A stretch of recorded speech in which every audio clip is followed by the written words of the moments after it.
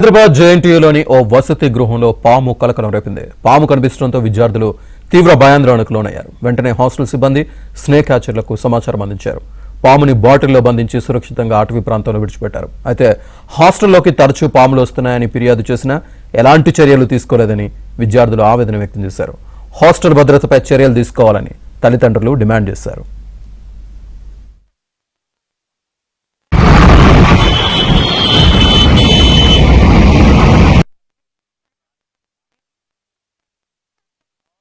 తీవ్ర భయాందోళనకు లోనయ్యారు. వెంటనే హాస్టల్ సిబ్బంది స్నేక్ క్యాచర్లకు సమాచారం అందించారు. పాముని బాటిల్లో బంధించి సురక్షితంగా అటవీ ప్రాంతంలో విడిచిపెట్టారు. అయితే హాస్టల్లోకి తరచూ పాములు వస్తున్నాయని ఫిర్యాదు చేసినా ఎలాంటి చర్యలు తీసుకోలేదని విద్యార్థులు ఆవేదన వ్యక్తం చేశారు.